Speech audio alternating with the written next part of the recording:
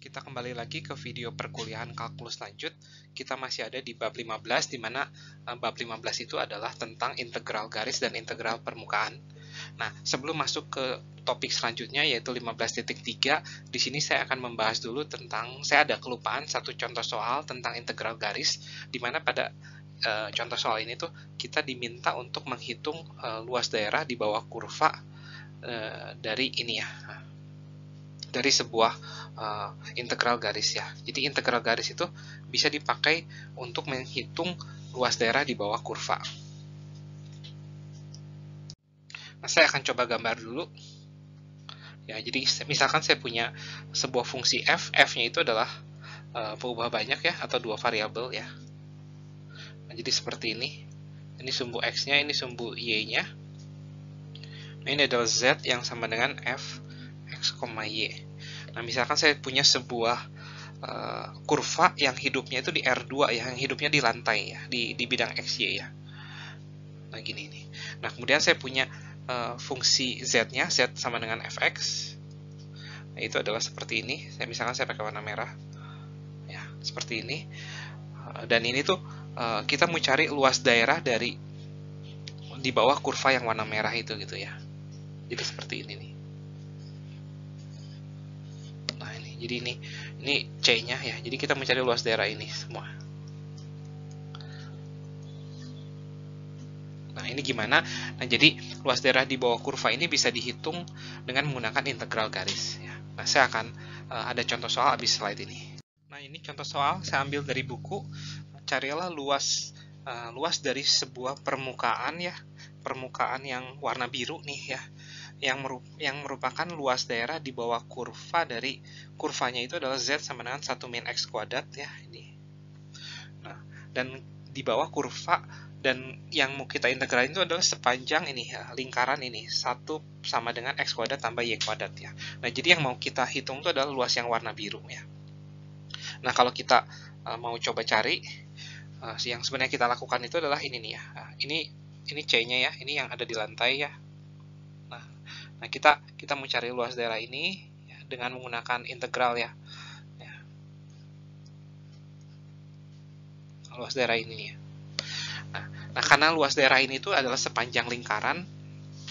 Nah, jadi yang mau kita hitung itu adalah A ini ya. Integral sepanjang lingkaran dengan ketinggiannya itu adalah 1 min X kuadrat ds.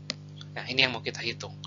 Nah, C-nya itu apa? C-nya itu karena ini adalah lingkaran, berarti adalah XT-nya itu adalah cos T, dan YT-nya adalah sin T ya. Dengan T-nya jalan dari 0 sampai 2pi ya sebenarnya. Namun sebenarnya karena ini kan lingkaran, dan lingkaran ini kelihatan di sini bisa kita bagi dua sih sebenarnya, karena luas daerah yang lingkaran yang setengah lingkaran yang di sini sama dengan yang lingkaran yang sebelah sana kan sama ya. Jadi kita bisa bagi dua ya. Jadi kita nggak harus sampai 2pi, kita bisa cukup sampai pi saja cukup ya.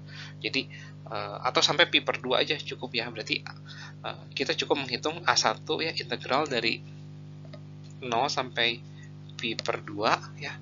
Dari ini 1 min X kuadrat ya. 1 min X-nya itu adalah cos T, cos kuadrat T ya. Nah, dikalikan ds. ds-nya itu adalah, jika Anda masih ingat, ini adalah ini ya, akar dari X aksen kuadrat ditambah Y aksen kuadrat dt ya. Ini. Jadi akar dari turunan dari cos T itu min sin T kuadrat, turunan dari YT itu adalah cos T kuadrat, nah dikali dt ya. Nah, kebetulan ini sin kuadrat T tambah cos kuadrat T itu adalah 1 ya, per 2, 1 min cos kuadrat itu adalah sin kuadrat T ya. Nah, ini adalah 1 ya, akar 1 dikali dt. Dan ini adalah bisa kita hitung adalah setengah, kita bisa ubah 0 sampai pi per 2 setengah min setengah cos 2t dt ya. Nah, ini adalah hasilnya. Jadi A1 itu adalah setengah T min setengah kali setengah. Nah, integral dari ini kan adalah cos 2t itu adalah setengah sin 2t ya. Dari 0 sampai pi per 2 ya.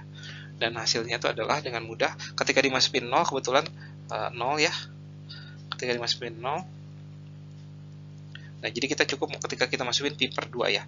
Jadi setengah dikalikan pi per 2, 4 sin pi per 2 dikali 2t ya.